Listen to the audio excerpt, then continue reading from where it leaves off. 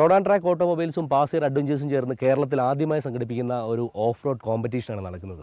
കേരളത്തിൽ ഇതുവരെ നടക്കാത്ത ഒരു സംരംഭമാണ് ഇത്. കുട്ടിക്കാനത്തുള്ള ടൈഫോയിഡ് എസ്റ്റേറ്റിനുള്ള ഒരു ഡാമിലാണ്.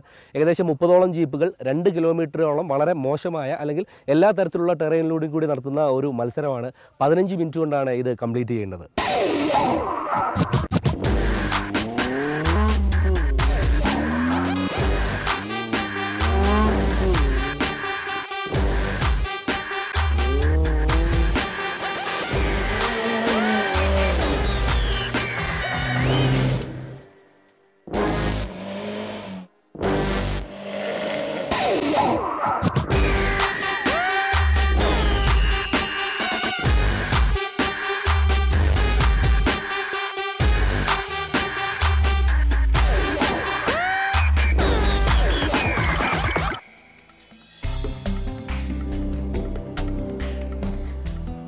മത്സരത്തിന്റെ തലേദിവസം രാത്രിയിലായിരുന്നു രജിസ്ട്രേഷൻ.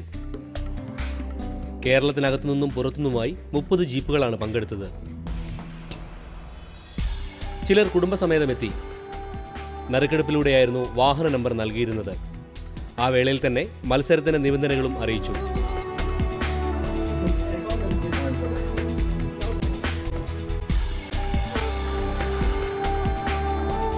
ആറാണ്ടി ആൻഡ് പാസിയർ 4-വീൽ ചാലഞ്ച് എന്നായിരുന്നു ഈ മത്സരത്തിന് നൽകിയിരുന്ന പേർ. ആറാണ്ടി എന്നത് വാഹന സംബന്ധമായ എല്ലാ ഉപകരണങ്ങളും ഓഫ് റോഡ് ആവശ്യത്തിനു വേണ്ടി വാഹനങ്ങളെ മോഡിഫൈ ചെയ്യുന്നതുമായ ഒരു സ്ഥാപനമാണ്.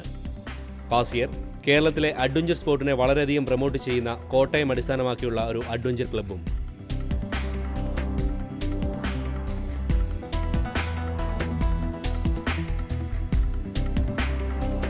വളരെ ബുദ്ധിമുട്ടേറിയ ട്രാക്കായിരുന്നു ഇവർ ഇതിനുവേണ്ടി ഇട്ടിരുന്നത്. ഈ ട്രാക്ക് മത്സരത്തിനു വേണ്ടി ക്രമീകരിക്കാതെ നിലവിലുള്ള പ്രതലത്തിലൂടെ ട്രാക്ക് നിശ്ചയിക്കുകയായിരുന്നു. ഇത്തരത്തിൽ ഒരു മത്സരം സംഘടിപ്പിക്കുന്നതിന് നേതൃത്വം നൽകിയത് സാം കുര്യനായിരുന്നു. പിന്തുണയുമായി അദ്ദേഹത്തിന്റെ സുഹൃത്തുക്കളും.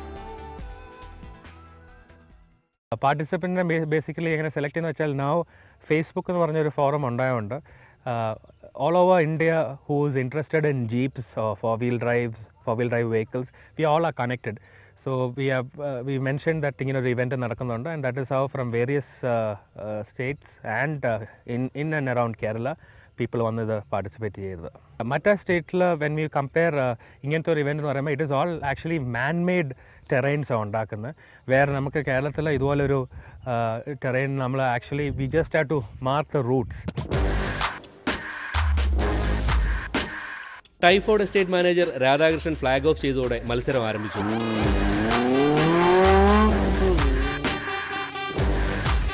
മാരുതി ജിപ്സിയായിരുന്നു ആദ്യം ട്രാക്കിലെത്തിയത്. പ്രധാനമായും 3 സ്പെഷ്യൽ സ്റ്റേജ് ഉൾപ്പെടെ അപ്ഹിലും ഡൗൺഹിലും പാറക്കൂട്ടങ്ങളും നിറഞ്ഞതായിരുന്നു ട്രാക്ക്. ചെറിയ ചെളിയിലൂടെ അനായാസമായി ഈ വാഹനം മുന്നോട്ട് നീങ്ങി. വലിയ കല്ലുകൾക്കിടയിലൂടെയും വേഗത്തിൽ പോയ ഈ വാഹനം ആദ്യത്തെ ഏറ്റവും വലിയ സ്ലഷ് പോയിന്റിൽ താന്നു. പരിശ്രമിച്ചിട്ടും കയറാതെ വന്നപ്പോൾ വിഞ്ചിന്റെ സഹായത്തോടുകൂടി കയറ്റേണ്ടി വന്നു.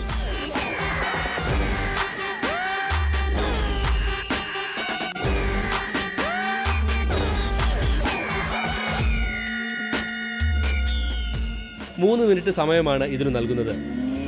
അങ്ങനെ വിഞ്ചിന്റെ സഹായത്തോടുകൂടി കയറിയ വാഹനം പാറ മുകളിലേക്ക് കയറി വേഗത്തിൽ തന്നെ മുന്നോട്ട് നീങ്ങി.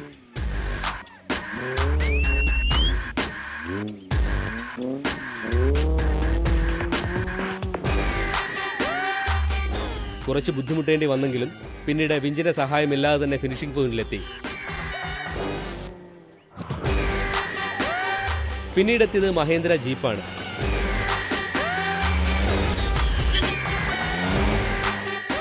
ഈ മത്സരത്തിന് വേണ്ടി തയ്യാറാക്കിയതായിരുന്നു ഈ വാഹനം. അപ്ഹിലും ഡൗൺഹിലും എല്ലാം കടന്ന് മുമ്പോട്ട് തന്നെ പോയി.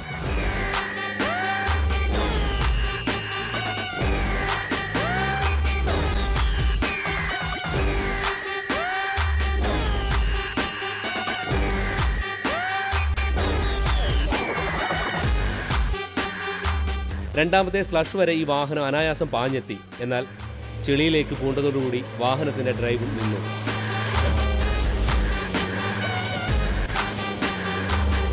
ചെളിയിൽ നിന്ന് കയറുവാനുള്ള ശ്രമം വിഫലമായതോടെ വിഞ്ചിന്റെ സഹായത്തിൽ കയറി.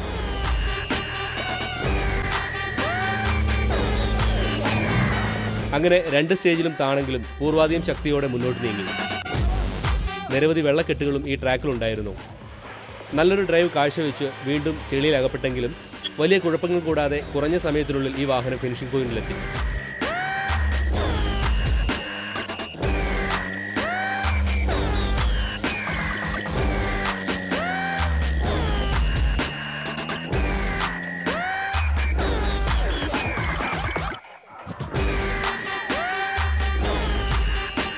വീണ്ടും മറ്റൊരു ജിപ്സിയുടെ ഊഴമെത്തി. തുടക്കം നന്നായെങ്കിലും പിന്നീട് ഓരോ സ്റ്റേജുകളിലും ചെറിയ പേടിയോടെ കടന്നുപോകുന്ന കാഴ്ചയായിരുന്നു കാണാൻ സാധിച്ചത്.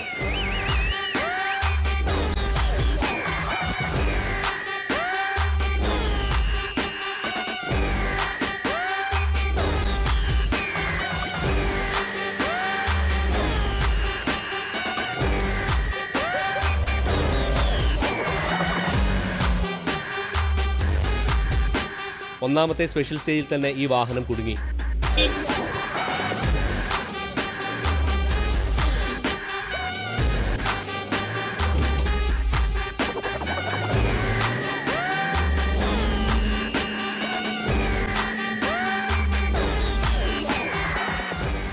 മൂന്ന് സ്പെഷ്യൽ സ്റ്റേജ് ആയിരുന്നു ഉണ്ടായിരുന്നതെങ്കിൽ ഈ വാഹനത്തിന്റെ വരവോടുകൂടി അതിന്റെ എണ്ണം 6 മാറി.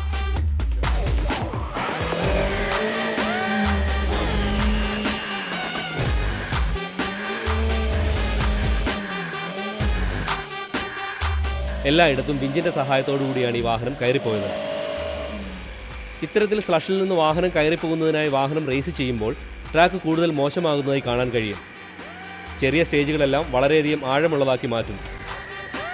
ജിപ്സി അവസാന ട്രാക്കും വിഞ്ചിന്റെ സഹായത്തോടു കൂടി തന്നെയാണ് ഫിനിഷ് ചെയ്തത്.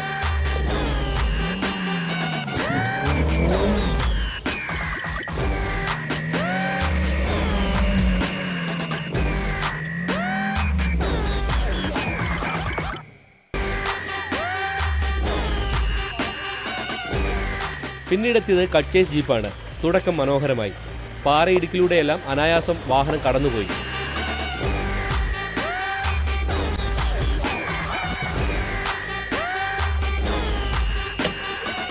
ആദ്യ സ്റ്റേജിൽ ഡീപ് സ്ലഷിലേക്ക് വാഹനം മൂക്കുകുത്തി.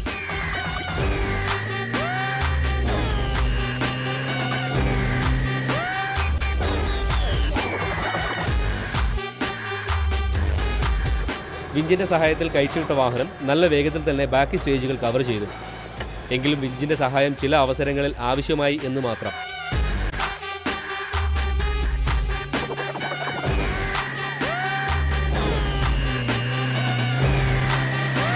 ഈ വാഹനവും കുറഞ്ഞ സമയത്തിനുള്ളിൽ തന്നെയാണ് ഫിനിഷ് ചെയ്തത്.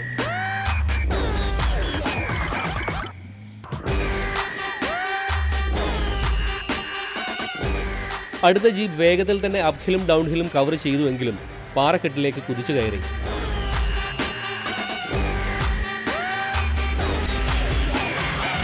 കാഴ്ചയിൽ യാതൊരു സംശയവുമില്ലാത്ത ഡ്രൈവ് എന്ന് മനസ്സിലാക്കാൻ കഴിഞ്ഞു. എങ്കിലും ആദ്യ സ്പെഷ്യൽ സ്റ്റേജിന്റെ ആഴം കൂടിയത് അവരെയും നിരാശരാക്കി. വീണ്ടും വിഞ്ചിന്റെ സഹായം.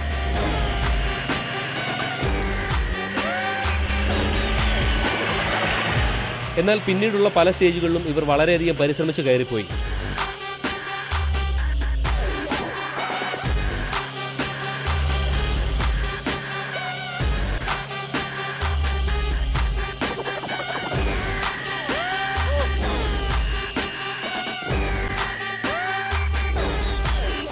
അങ്ങനെ 4 വാഹനങ്ങൾ പോയപ്പോഴേക്കും ട്രാക്ക് മോശമായിക്കൊണ്ടിരുന്നു.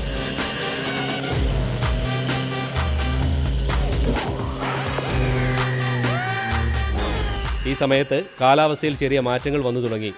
മൂടൽമഞ്ഞിറങ്ങി, ചെറിയ ചാറ്റൽ മഴയും.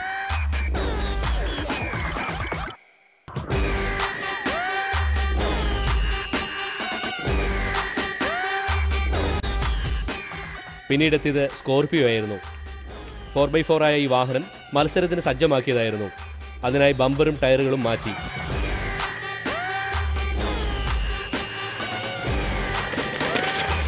തുടക്കം രസകരമായിരുന്നു. എങ്കിലും പാറക്കൂട്ടത്തിലേക്ക് കയറിയ വാഹനം പാറക്കെട്ടുകളിൽ കുരുങ്ങി.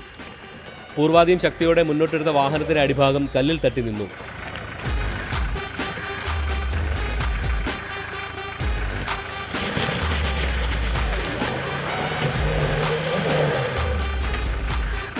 മുന്നോട്ടുള്ള യാത്രയിൽ ഇതിന്റെ ഡിഫറൻഷ്യൽ ലോക്ക് പൊട്ടി എന്ന് മനസ്സിലാക്കി മത്സരത്തിൽ നിന്ന് പിന്മാറുകയും ചെയ്തു.